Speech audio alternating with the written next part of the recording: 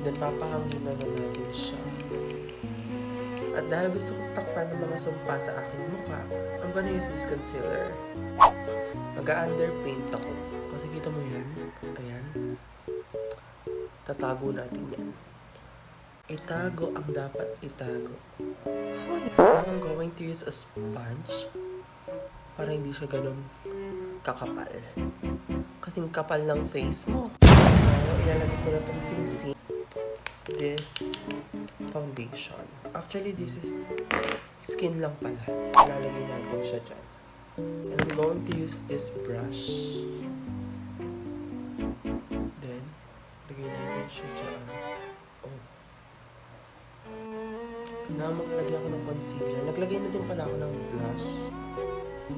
Pero yung cream lang.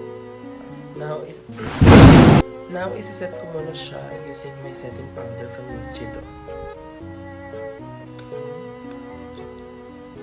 Yan.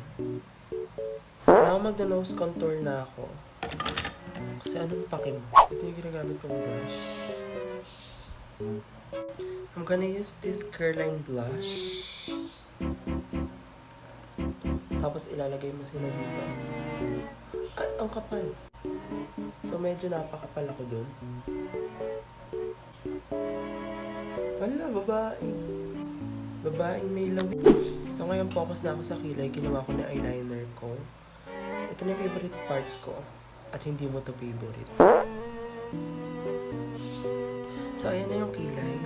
Hindi na ako masyado nagsalita. Tinatamad na ako. Late na rin kasi ko. I'm gonna use this mascara from Pink Flash. Dahil very late na ako. Hindi na ako magsasalita muna. Ba't ba kasi nagsasalita ka? Dahil very late na ako. Natapos ko na yung routine ko, guys.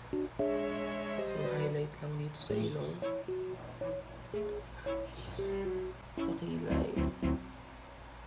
Tapos dito. Tama.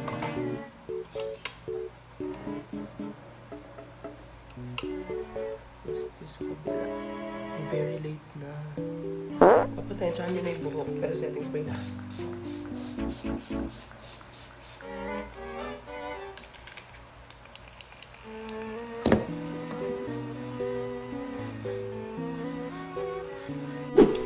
Here is the finished look.